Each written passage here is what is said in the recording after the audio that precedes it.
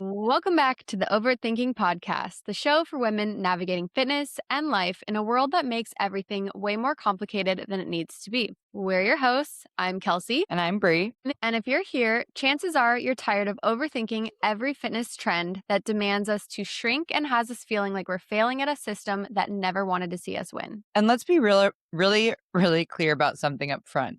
We don't help broken people. We help good-intentioned women who have been lied to, misinformed, and given conflicting advice that actually left them worse off than where they started. All while being told they were the problem for not trying hard enough. Which is exactly why today's episode matters. Because giving someone with disordered eating patterns a macro prescription to quote unquote fix their body is kind of like asking someone to run a marathon on an injury. You can push through it, sure, but you're not actually healing what's causing the pain. And we're bringing in a special guest who's ready to share what it really looks like to assess mental health first, understand the human, and build habits that actually last, not just the good behavior or the behaviors that look good on paper. And yes, coaches, this applies to us too. And we're joined by Jessi Kruzan, a registered dietitian who didn't start out in healthcare, but built a thriving practice because she deeply understood women who struggled with the exact same things she did: fearing carbs, delaying food to save calories, leaning on caffeine just to function. We've all been there. And slowly drifting further and further away from the strong, self-prioritized women she knew she was meant to be. Jessi's work is rooted in identity alignment, relationship to food, and actually listening before prescribing solutions. So women feel heard, supported, and are set up for real success instead of another cycle of restriction and burnout. This episode will cut deep for some of you, but don't worry. We are going to give you an opportunity to reflect on your own relationship to food so that you can leave this episode with both a new perspective and habits that you can literally start today. So get your pen and paper out or flip open that notes app. And let's welcome our guest, Jessi, to the Overthinking Podcast. Welcome. Woo! Thank Yay, you. Jessi. Thank you. I'm so excited to be here. We're so glad you're here. Let's break the ice first. What's our this or that today? Oh, no. We're going to do guilty pleasures. Yeah, I think that we like to do a little icebreaker, and I want to know what your guilty pleasure is as a registered dietitian. My goodness. Wow. This was a newfound thing in my pregnancy, Flamin' Hot Cheetos. I love them. So after a little bit of maybe a gummy, that is like my thing. And the jalapeno ones. Yeah. Ooh, those are I've never had those. The Game jalapeno over. Cheetos. No. Amazing. I need to try that. Yeah. Do you lick your fingers after every couple scoops or amounts, or do you like get the big Cheeto lick on your fingers at the end? You know what I'm talking I about? think I'm a big finger licker. Is that a weird question? Because I am very much the person who will like save for the end, then I have all the seasoning on my fingers. for if I'm sure. the only weirdo who does that. No, I'm a save it to the end gal. Yeah. Yeah. Okay. Yeah. Next time you have some Flamin' Hot Cheetos, I need you to report back. Okay, I know. I have to think about this. Yes. Yeah. How do Flamin' Hot Cheetos stack up next to? Is it like Takis? Is that what the other thing is? Yeah. Oh, I absolutely love those too. Yeah, Wow. those Those are are pretty good. fabulous. Or like the chili lime roll chips from Trader Joe's. From and Trader those are so Joe's? good. Oh, Yes, yeah. so good. Oh, Bree, yeah. what's your guilty pleasure? I mean, I have so many. Truly, I have so many. I think macarons, like the macaroons, those little French cookie sandwich things. You are a Ooh. macaroon gal. They are the most bougie dessert. Each one of those is like $4. I will eat like 12 of them just in a night. So those are like, I think those, I can't just have one. And Trader Joe's got them also, which wasn't the worst thing ever. I bought 2 boxes and ate an entire box in a night because they're so good. Oh, Yeah. I have to try them. Kelsey? Yeah. And you? So mine is similar to Jessi's. Mine is the wild protein chips, the buffalo Ooh. flavor specifically. And I think they're kind of like a guilty, not guilty pleasure because I could eat the whole bag. Like if you eat a whole bag of Cheetos, you kind of like feel bogged down. You're like, oh, I regret that. I eat a whole bag yeah. of I eat a whole bag of the wild protein chips and I'm like not guilty, don't feel any type of way. I'm like, well, there's protein in it. It's fine. Could run through a brick wall. Absolutely. I've actually never yeah, I've never tried those chips. I really need I to, 'cause recommend it. I yeah, recommend it. yeah. In Ooh, fact, The I right just recommend you go straight for the Costco bag. Just go straight for it. It is more affordable at Costco too, yeah. I Yeah. would recommend not the regular flavor. The regular flavor tastes too much like chicken. okay. The buffalo and the Nashville hot are top tier. Barbecue's pretty good. Salt and vinegar, pretty good. Okay, now I'm What about the starving. chicken and waffles? No, pass, You didn't even mention it. It didn't even get like an honorable mention. pass, Yeah. pass. I haven't even tried them. I'm like, "Nah." Yeah, Yeah, she's sounds like, gross. I'm not in it. Okay, well, we introduced you, Jessi, but we'd love to hear from you. What is your background and how did you get into this space? Yeah. So I went to college for fashion merchandising. My whole family was in healthcare. So I grew up, my mom was a nurse, my dad's a physician, my sister's a physician. And I was like, I want to be different. I really like fashion and I'm going to go do that. And, that lasted for 3 years, maybe. and I was just feeling That's really good. unfulfilled. Yeah. I really wanted to help people. And while I was maybe helping them with what I worked in like men's fashion specifically at a company called Trunk Club, which is, yeah, it's owned by Nordstrom. It's an interesting place. But I yeah, was just feeling unfulfilled. I wanted to help people more. And I've always had an interesting relationship with food and my body, but I knew the importance of nutrition. I started working at another company in design and I worked with brands like Chomps, Meat Sticks, and Cauliflower Pizza. So I would go to these nutrition shows. Cool. Fancy's like a big dietitian nutrition conference for these brands. And that's how I really got exposed to this space and said, hey, I'm going to go back in my late 20s and get my master's and become a dietitian. And that's how I got here. Yeah. That's awesome. So you Yeah. mentioned Wow. that you kind of like learned nutrition. Where did that start? Did you have any struggles in your life that like kind of led you to learning about nutrition? Yeah, definitely. Um, I was a soccer player in high school. And I think my late high school years, like working out became more of a thing and trying to condition for soccer. And then was in a relationship where maybe like self-esteem was a little bit low. So the one thing I felt like I could control was food, right? And so my exposure to food and nutrition starting off probably wasn't the most positive relationship Mhm. and going into college that further worsened my relationship with food. I became bulimic and it was my amazing best friends were the ones that helped me out of that time. I and I realized how important it was to fuel myself well. Once I started doing that and fueling myself consistently and having balanced meals, I felt so much better. So I actually never really had official treatment. But Mm. I just kind of figured it out on my own. And Wow. that's when I became really in love with food. My relationship turned a little bit more positive of, oh well, wow, if I feel myself this way, I feel this way. I feel good. Mm.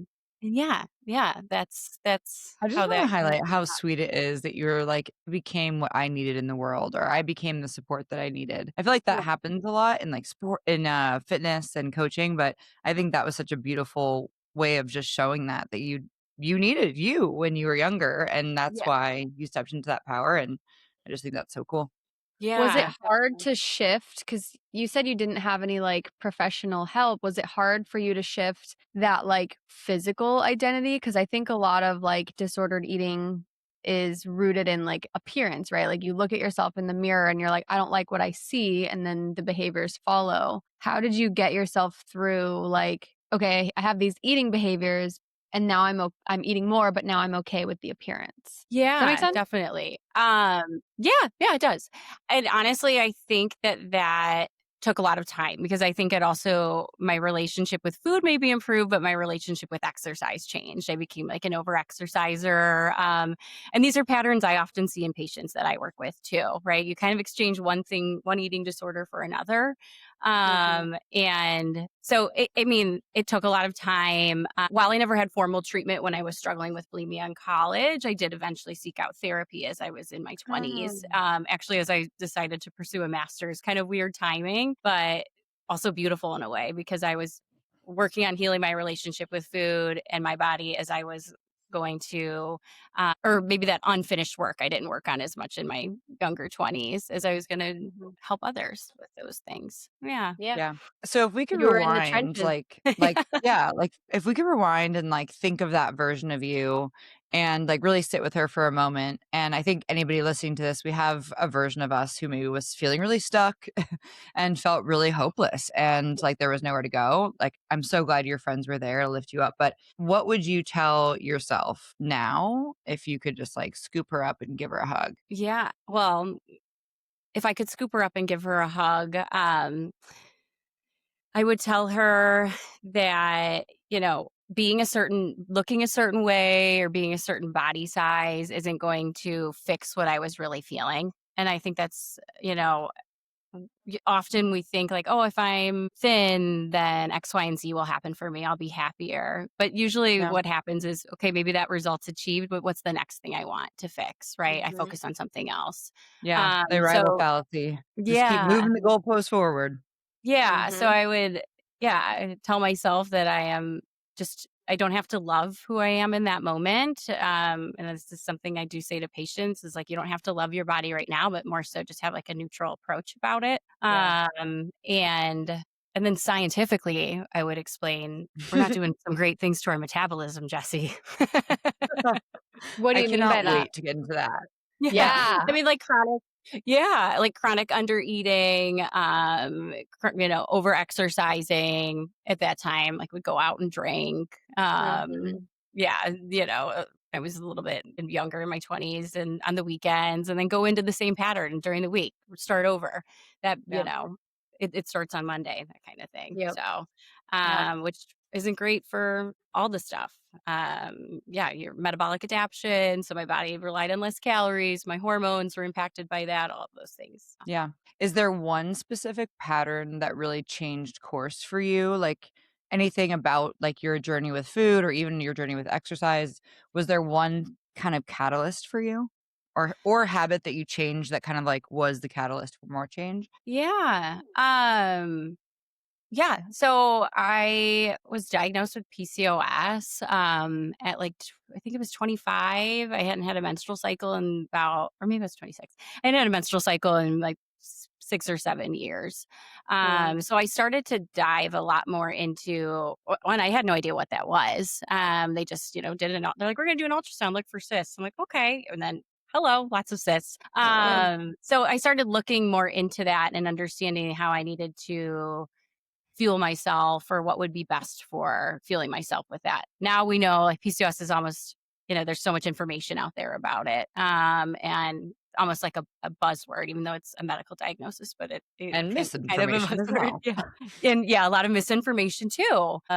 So that was kind of my catalyst into rooting and making sure I'm taking care of myself. Yeah. Yeah. That's so scary. Yeah. I mean, I was young and all I was, you Google, it's like, oh, infertility and you can make fertility issues, all these things. I'm like, what does this even mean? What's going on? I mean, I think there's a lot of like great research out there too around nutrition with PCOS. But like you said, Bree, there's also a lot of misinformation as well. Yeah. So What are some of the most common patterns you see women either getting stuck in or even like things that they've been told that are wrong or like rules that they live by that are just, maybe not grounded in science or reality? yeah, Absolutely.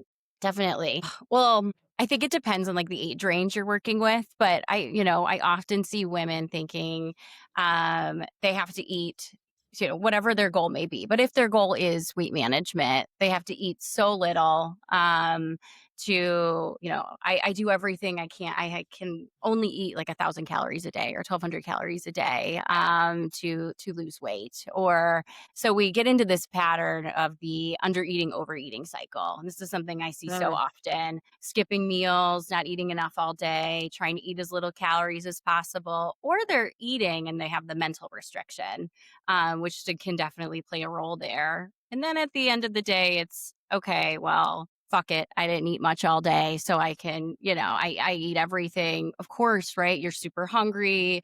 We crave more carbohydrates when we're really hungry. So we go for those more like quick, easy, digestible, more probably processed foods. And trying to really break that pattern because it's so hard to be like, wait, I have to eat more during the day to like see results. And And when yeah, you're used to, like, saving, like, a little, like, nest egg at the nighttime, it's yeah. dysregulating, I'm sure. Right, right. So or like really stuck to a diet maybe they did in the past and they can't get over it. Like, I can't eat carbs. Like, that was how I lost weight so long ago. And I'm so tied to that feeling of Mm. what that You're like, provided why me when didn't I it work lost weight then? then. But Why wasn't it sustainable? Exactly. exactly. Yeah, sustainability's always like what we go back to. Small like I love Brie always uses the term habit stacking and I use it a lot now too of like, okay, your one thing you're gonna work on this week is you're gonna have a high protein breakfast. And they're like, what? You're not giving me a meal plan? No. No, no, Yeah. no. If you can do Yeah. that, Stack it yeah. with your coffee because I know you're not missing that. Yeah, Yeah. exactly. Yeah. Exactly. So a lot of what you're talking about, right? Like following a diet, eating less, like all of these start as good intentions, right? Like the Right. goal is weight management, weight loss, Yeah. and they want to be healthier and more disciplined and have more control over their shit. How do you see those intentions like slowly turning into patterns that end up doing more harm than good? Yeah, definitely. Um Well, I feel like I'm gonna answer the same way almost I just did with seeing it backfire where, you're so overly hungry and then maybe like more binging behaviors occur. That's where I see the harm of like something that's so unsustainable or restrictive to follow usually leads to the opposite behavior, right? Like when Mhm. you tell someone just like a kid, you can't have that. You can't have that food. It's forbidden. You can't do this. You just put that thing on a pedestal and now you want it so much more. That So needs to be highlighted. This needs to be the thing that we post. Like, everybody needs to hear that. yeah. Yeah. And yeah, like, oh yeah, you can't have dessert. Well, now you're gonna be thinking about it all day and all week. And maybe you do that for a month and then it backfires in some way, and it may not even be with food. It can be with other behaviors too. Yeah. Yeah. Yeah. So yeah. What would be like the kind of coaching protocol, or what would you say with a client who is in that kind of like binge restrict cycle, or like has like those repeated like restrictions in their head? How do Yeah. you kind of start the conversation with them, or even like start Right. the work? I usually go to a lot of like understanding where their hunger and fullness cues are because sometimes those with that chronic under eating and maybe overeating happening, those cues feel really blurry, especially if they rely so much on like a restrictive or unsustainable plan. Um, that like so we I really usually my first thing I have patients do is follow like a meal schedule if that's Mhm. pretty difficult to feel that hunger. So like I want you eating every 3 to 4 hours to start to regulate those hunger hormones during the day. And that's usually when your blood sugar begins to drop too at that 3 to 4 hour mark. So I want us to act Mhm. before that happens so we don't get to that, Mhm. oh my god, I need some whatever is in front of me right now. Yeah. So yeah, you Yeah. usually like follow a consistent eating pattern, however that looks. I'm not going to make everyone eat 3 meals and 3 snacks. That's not sustainable for everybody, but Yeah. figuring out what their life looks like and then making a schedule from there. Yeah. Yeah. What Yeah. do you usually see happens when people start eating on a more regular schedule? What have you Yeah. seen happening when patients do that? Well, yeah. I mean, they feel better. Energy levels improve. Digestion improves. Nothing our Mm. gut loves more than consistency. So Mm. digestion really improves. I have patients with like GI issues. They have to eat on a consistent schedule too. Um, And I mean, yeah, if their goal is like weight management, often that can be a result of it as well. Like they may see some weight loss if they're eating, there's other things that are more important within those meals, like they're eating high protein, high fiber, all of that good stuff. But that might be the result as well because we're having more intake earlier on in the day. I say forefronting your intake rather than just pushing it off to the end. And then we sit down and go to bed at night and it becomes metabolically icky. Okay, talk to us about the intermittent fasting fad. Yeah. Tell Okay. me your thoughts. If I'm Yeah. coming to you, Jessi, I'm like, should I try intermittent fasting? What would you tell me? Well, first I need to know like everything about your relationship with food before that. If you have a history of binge eating, no way. That's going to be probably a mess for us, waiting till you get really, really hungry to eat. I also think the window is important to know about. Like I Mhm. think not having, stop if it's works with your schedule. I think if you can give your body a little bit of a break before bed, a couple hours, that's really we see in research that's really great for digestion. Good. And it helps improve sleep, right? Thinking about it, not like having something to eat right before bed that might kind of blood sugars go in, it can wake you up at night. So I like Mm. to think about it. I try to reframe it to those patients in a way like, well, we could do how I like to think of intermittent fasting if that's appealing to them of, just try and maybe stop intake like 2 to 3 hours prior to bed. And then they're So like, what cool, I'm really doing intermittent happens fasting. Yeah. I'm so like, what no, you're really happens is they're like, "I'm not hungry in the morning, so I intermittent fast," and Till yeah. then 1 p.m. till No, 1 so yeah. PM. Yeah, the It's like really short windows, the 4-hour windows, no, hell no. yeah, Yeah, I and don't. it's like, "No, it's just your cortisol is really high, Yeah. but that's fine." So then what would you do in that scenario? Who would it be appropriate for, and who would it not be appropriate for, do you think? I guess I should say when I'm thinking about intermittent fasting, like I don't like anything personally. I don't see a lot of success with under like an 8-hour window. I feel like because you still want to get adequate nutrients in a time frame. That's really hard to do in just like 6 or 4 hours. Mhm. But like I said, if you don't have a great relationship with food and or a history of that, um, you're a volume eater and you get really hungry really quickly. Like this is probably not the best route for you. But if you're someone that like just really want to start eating at 9 and maybe stop at 6, and I don't want to like count calories and I have a specific weight loss goal, maybe that's okay. Yeah. Yeah. Yeah. I'm very like judgment free. I will meet people where they're at, I don't A yeah. lot of times Yeah. people have to learn things for themselves. Like I have clients that I will tell them like why, those hours that they've selected may not be good because they come into Yeah. training at 7 in the morning. And I'm like, Right. girl, you can't wait till 1 p.m. You're gonna wither away. And or like not feel very good while you're working. And they do it anyway. So like, okay, just learn for yourself. And then when you come back to me and you're like, this isn't working, I'm like, yep, I know. Like, that's such a good point, Kelsey. I don't think about the fitness side of things or exercise as much. And like with you guys, like that's your bread and butter. If exercise is such a big thing, if they're exercising in the morning and they're not eating for like 4 or 5 hours later, I not great. Well, while we're on the topic of buzzwords Yeah. here, let's talk about some more. Hormones, I feel like get blamed for everything. They're like the scapegoat to every problem, like weight gain, fatigue, Yeah. cravings. I'm plateauing. Yeah. You've had a lot of experiences dealing with hormones going haywire. So, from Yeah. your perspective, why do you think, like, what role, how big of a role do hormones really play in this context? Totally.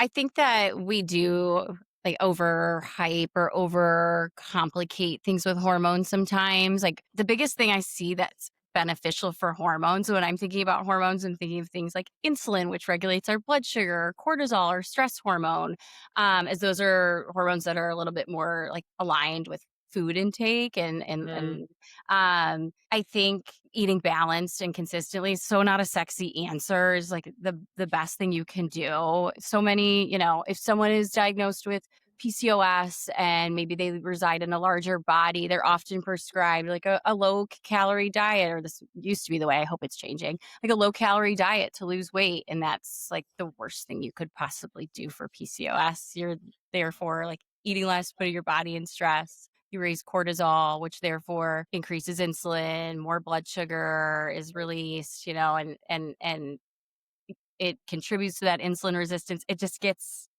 yeah, you're putting your body in stress mode and therefore it's like, I don't know what to do. So I'm gonna release more blood sugar and it becomes a mess. So best thing you could do is eat enough and eat consistently and make sure you're getting the right things at those meals. Yeah. Enough protein and enough fiber. Fiber is often underlooked. So yeah. The PR for fiber is really lacking. Like whoever did the PR for protein, we need them to Yeah. take over fiber because all fiber is like your grains, your vegetables, and your fruits. And I think when we're Right. talking about hormones, people are like, "Oh, I can't have sugar because it's sorry, I can't have fruit because it spikes my insulin." It's like, well, maybe your just whole eating pattern is off, and fruit is Yeah. actually a really good part of your routine because it has Oh, antioxidants, it's got micronutrients, it has fiber, all the things that we right. need to keep you Yeah. satiated and keep those hormones stabilized throughout the day instead of reaching for supplements or some routine that you definitely don't need. Right. I know. Yeah.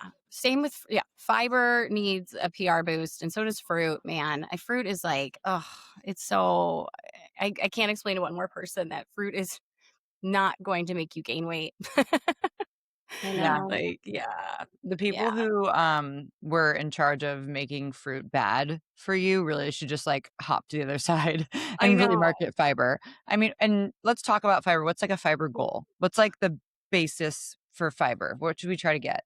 Yeah. Well, for women, we say about like 20. I usually say like at least 25. I even go up to like 35, but 30 grams a day, I think, is the recommendation. I think men is like 30 to 35, right? But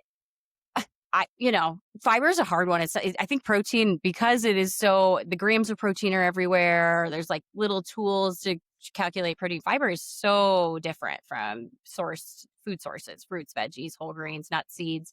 So I usually just say, you know, protein and fiber at every meal. Can you make sure half of your plate is color? Yeah. Is that from fruits or veggies, or whole grains? And that's kind of like a simple rule to follow. Yeah. So, while we're on the topic of hormones, and I think this is going to be pretty obvious, but let's make it really clear for our listeners. What do hormones respond to first? Is it supplements? Is it a protocol? Is it a restriction? What's something that people Yeah. overlook? Yeah. Um, I think our hormones respond best to less stress. And Yeah. how do we do that? We fuel ourselves adequately. We hydrate. We practice stress management. We sleep well. We move our body. So yeah, right. Of course, like maybe there's always a place for supplements if there's a gap in your diet. But yeah, making sure you're Right. you're fueling yourself well enough and taking care of yourself is the best thing we can do for our hormones. It's as simple as that. I Yeah. think you nailed it too, with saying like the consistent eating. Like that's definitely a big goal for me in 2026. But the consistency and timing, like that is so stressful. It's so stressful on your body when your body's like searching for food and it doesn't have it. Yeah. And I notice a huge difference in actually like how my cycle is, how my digestion is, like you Oh said, yeah. Yeah. how my mood is. Everything feels really off. And Yeah. so I just want to highlight like the intermittent fasting stuff and all of that. Like it definitely plays a role on the total stress that your body is taking under. And so when Jesse's Yeah. saying like, let's stress less, we're not thinking about always just anxiety stress, right? Like that one's so palpable, but sometimes your body is fighting something Yeah. and this is just adding on more stress to that. So sure, Right. not everybody's going to be stress free, but if we can minimize the impact that our behaviors make, like you said. Um, Yeah.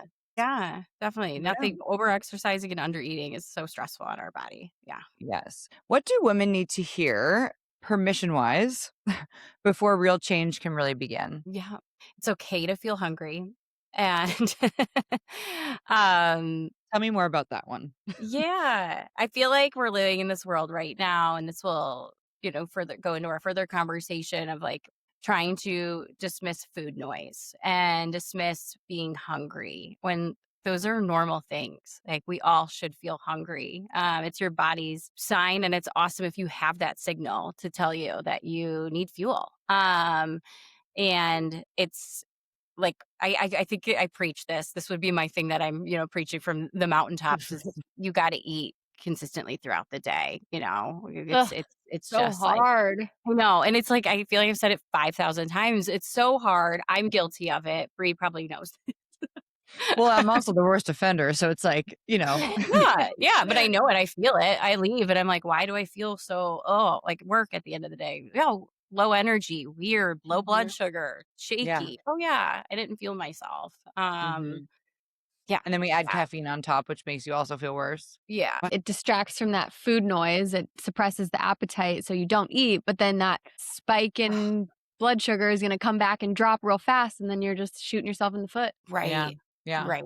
Well, let's talk a little bit about food noise, shall we? And then and more buzzwords. Yeah. It just feels like these GLP-1s and weight loss drugs are everywhere right now. Mhm. And from your perspective as a dietitian, why do you think they've become such a huge part of the conversation, Yeah. Yeah. especially in fitness and just overall health as well? Right. I think I think we live in this culture, this world that's very obsessive and always has been with body size, body image. And of course, there's this solution that maybe is really, really wonderful for someone who's medically indicated for it, but Ooh. not probably doesn't fit for everybody.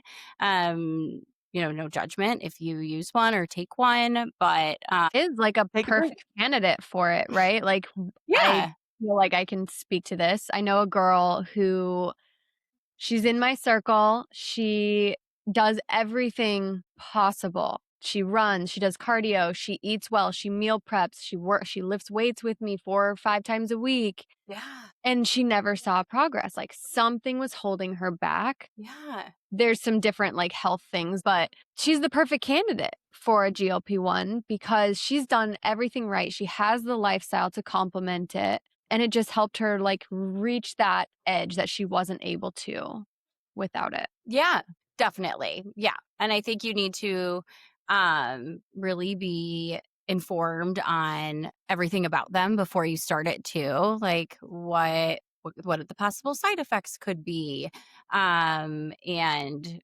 what this may look How like long will you for be the on it? how long will you be on it? Yeah, yeah, what the duration of use will be. But like I said, I think that we're learning a lot about them. I think we don't know a lot about what the longevity of them looks like. I think that's something we need to, is still being researched as so many more users are. I think they were saying they estimate by 2029, we should check this fact, that 18 million Americans will be on a GLP-1 at the rate we're going. Yeah. Yeah. And, type 2 diabetes is also really, really prevalent. So a lot of individuals are indicated for them. But yeah, I think you just need to know everything about them you possibly can from your provider and make that informed decision rather than just like going online and signing up and just putting in your height and weight and and having it sent to your door, right? You really need to be well researched on these I went to drugs. urgent care the other week and it literally had GLP-1s at my urgent care. They were like, Yeah. "Ask a doctor." I'm like, "What are you what is going on?" They're Yeah. everywhere. Yeah. I know. Yeah. So, obviously, we live in an instant gratification society, right? Yeah. Like, we want everything now, but they may not have, like, the proper behaviors and dietary habits Yeah. to support being on a GLP-1. What tends to get missed and what can people do? Yeah, definitely. I think um if you do go forward with being on a GLP-1 or a similar weight loss medication, you need to be ready to make the lifestyle changes instead of, a quick instant gratification and we're just not eating or eating undesirable foods, because that is what the medication does. It delays gastric emptying and you feel fuller longer, so you're not hungry. And it's going to be hard to eat your protein. It's going to be harder to eat those fiber rich foods, but you really need to one, Yeah. make sure you're not chronically under eating because that can result in nutrient deficiencies, but also you're not losing muscle mass because we know that is, And dangerous to ultimately, become bone sarcopenic. So status. yeah, a lot of vitamin D deficiency. Yeah. It is really interesting to see the volume of patients that are really struggling with just feeling like low energy, low motivation to move their bodies, um, and just feeling like they're kind of like depressed, you know? And I'm curious Mhm. about like the gut brain axis, and I'd love to hear from, you about any patterns you've been seeing about people's like mood or just life being Yeah. maybe changed from this. Yeah. Yeah, I feel like in my I relationship with food obviously is so important for me to make sure my patients keep a strong relationship with food. And something I see often with GLP-1s is because you kind of have that feeling of fullness all the time. It's like after Thanksgiving dinner, like you really just don't feel like eating at all, right? Yeah, or you're Mhm. So the last thing you want to think about, you kind of miss that joy that food brings. And I have a lot of patients that will say like, "Oh, I feel kind of like down around like food and like that thing that used to bring me a lot of joy. I don't feel as much anymore," which I think is an interesting trend I've seen. Mhm. Yeah, yeah, Yeah. and we use food to celebrate and all these beautiful things, and that's kind of missed. And not like food's the center of all of that stuff, but it's Right. important. It's So, huge. It's huge. It's cultural and also that mhm. big release of happy hormones like dopamine when you get to have Yeah, a little like sweet treat. Like I yeah, can't imagine my Rice Krispie treat not tasting the way it's supposed to really taste or like, you know? So what are some other things that you've seen? Like what are some other trends? Like if from you've been with these people like every single day, so what are they yeah. complaining to you about? What are they excited about the results? What's like the general consensus? With GLP-1 specifically. Yeah. Yeah, a lot of constipation. Really? That was, like, the first thing that came to my mind. Not the best answer, but Yeah. oh, yeah, I mean, think that's what it does. It's That's what that it that does, yeah. hormone Yeah. that hormone slows everything down so food sits in Mhm. your gut longer. So, yeah, I mean, a lot of GI things, and I think as the dietitian, right, I manage a lot of GI things with patients, so that's something that I've seen over the last few years. So are you Yeah. sponsored by Sunfiber yet, or I know, should I be? I feel like you I should love be. them. I love Yeah. Sunfiber. Amazing. Great fiber brand. Sponsor me. Sponsor me, please. Please. So, because Yeah. you kind of specialize in disordered eating, so for Yeah. people with a disordered eating history, or Yeah. maybe they don't notice it yet, but they have some disordered patterns, Yeah. what considerations do you think should be in place before even trying to entertain a GLP-1? Yeah. I think it depends on what kind of eating disorder the individual has. So a lot of those when I meet with a patient, like an in-depth consultation, I ask so many questions about their relationship with food or like history with their relationship with food, even all the way to adolescence, because it's really important. We carry on so many more of those behaviors. But back to, like, the food noise, I do think there is a real thing with binge eating disorder of feeling like you're constantly thinking about food, especially if that it's often tied into emotion. So if food is, every time I feel anxious or stressed, it's tied to food intake. That I do think with the right lifestyle changes and mental health support, a GLP-1 could be beneficial for those individuals. And if they have any other indications, family history of cardiovascular disease or things like that can be, yeah, helpful there. But Great. yeah, it depends. Okay, I wanna just ask about going off of GLP-1s because I feel Yeah. like, again, as 17 million people will be on this Yeah. in 2029? Oh my god. Yeah. Um, and as people listening to this might be considering, like, should I Mhm. microdose a GLP-1 and get fit for my wedding? Like, no judgment here. That is not what we're here to do, but we want people to be Mm-mm. informed. So Mhm. if someone was coming to you and like, "Tell me what I need to know to consider going on it, or if I need to come off of it, how do I do that?" Yeah. I Yeah. mean, what you touched on a lot of this like, the negative side effects, but I think maybe just touching on, like, coming off, do people come off and what that looks like? Yeah. Yeah, definitely. I think we don't know a lot about what it looks like coming off for an individual. So I think setting that expectation pretty clearly from the beginning of y- you may feel like your hunger cues, they return. So you may feel really hungry. But what are lifestyle things we can do to help with that? Like eating enough protein and fiber because they do the same Mhm. thing. They slow down gastric emptying.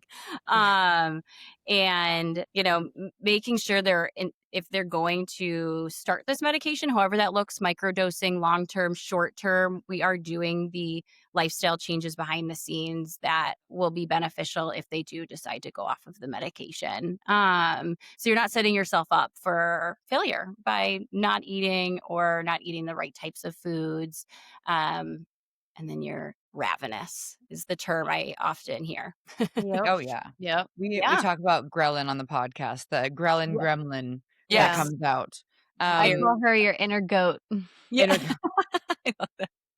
Yeah. Well, this has Yeah. been such an informative episode already, and I think so many of the big questions that we find ourselves in, you've really touched on. So I'm grateful, and I want to just give the listeners a chance to reflect back. And are there any signs that you can look at in your behavior or in the ways that you're thinking about food that maybe you need some additional support? And if someone is like, considering maybe I do have some like disordered eating patterns, or is this Yeah. right? Like, would you Yeah. send them a quiz? Would you like, what would you suggest someone listening to this if they're like, I should probably just like check it out? What would they do? Yeah. I mean, I think there's one, like access to a dietitian, like most, I shouldn't say most, but many insurance plans, like there's usually coverage to see a dietitian. And that may not be like the basic, I have coverage because of X, Y, and Z of like overweight or obesity or something like that. But more so like I have a family history of cardiovascular disease or type 2 diabetes, you may be Mhm. covered to see a dietitian. And I I think a lot of times that may seem scary. Like I feel like even having the word diet and dietitian is yucky. But there's a lot of great resources and companies out there that you can work, even just like telehealth with a dietitian and discuss these patterns that maybe you're experiencing or feeling. And of course, with tandem with therapy is important too to address those. And that may just look like from the comfort of your home. But there's a lot of amazing professionals out there that are willing to help and dive into those things.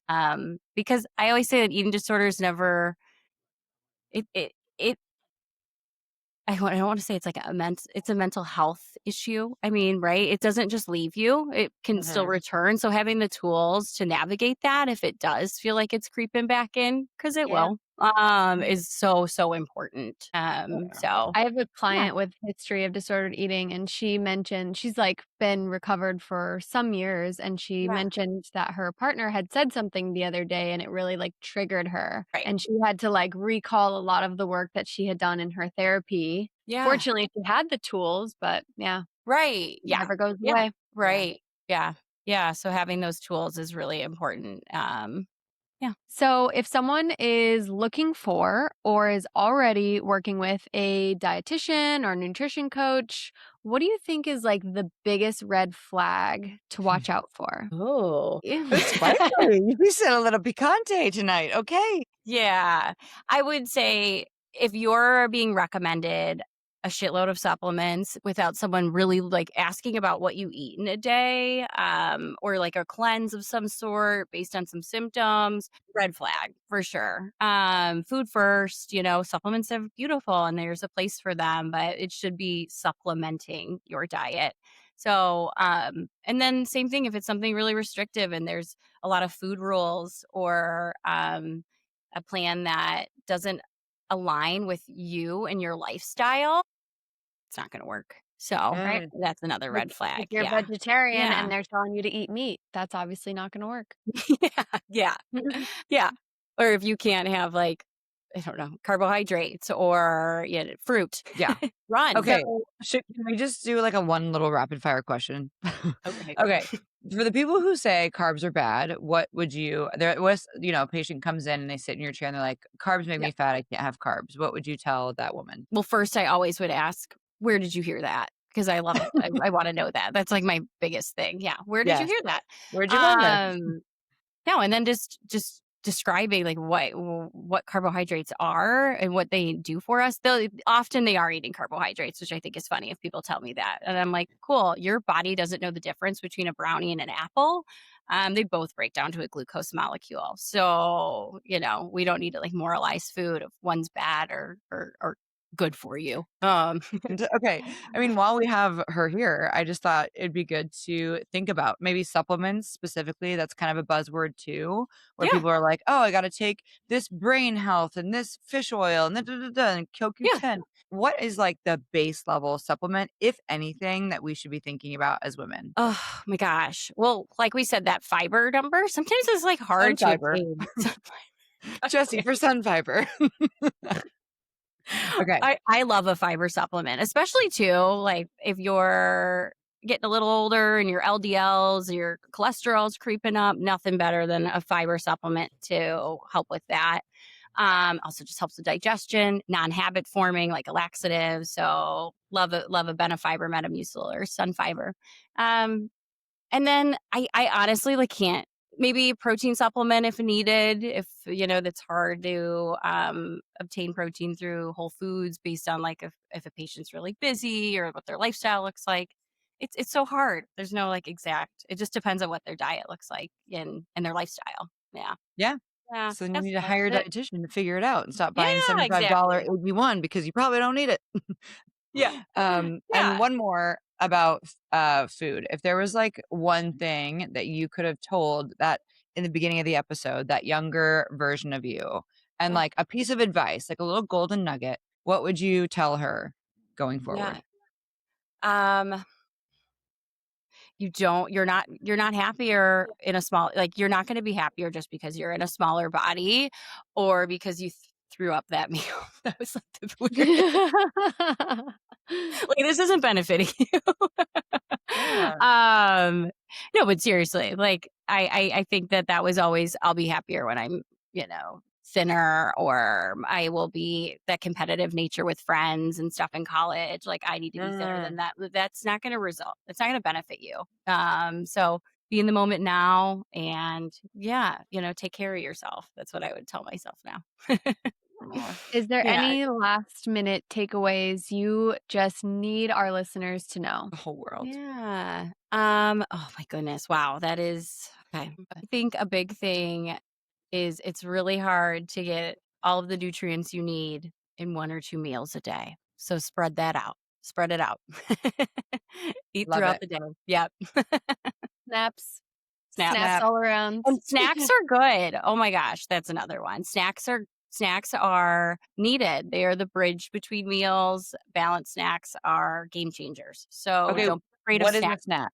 What Yeah. do you consider a good snack? Because Yeah. everyone demonizes and moralizes snacking too. Right, right. I mean, a snack should have like a Kudos. protein or fat plus a carbohydrate, right? Carbohydrates aren't going to keep you full very long. We digest them quickly, so we need that protein or fat to help keep us full. We also need the carb for the energy, In your to brain. give us energy. So yeah, I mean, a great snack would be like a yogurt and berries, or would Peanut be butter toast. yeah, good. You got your protein, fat plus a carbohydrate. Yeah, great. Cool. Yeah. Well, if there's one thing we hope you take away from today's episode, it's this. If you felt stuck or like nothing has worked for you, that doesn't mean that you're broken. It means the approach you were given never accounted for the human behind the habits. You probably don't need more rules. You deserve care that starts with understanding. And a huge thank you to Jessi for bringing the nuance, the honesty, and so much compassion into this conversation. And if you'd like to get in touch with Jessi or ask any follow up questions, we'll provide her contact email in the show notes. And as always, please share this episode with a bestie or someone who just needs to hear a little TLC around their body image or their relationship to food right now. And also give yourself a little bit of love too. Connect with us on Instagram at overt_thinking podcast, at Brianna Lamb, and at Kelsey Michelle. And we will see you in the next In the next episode. episode. Woo! Woo!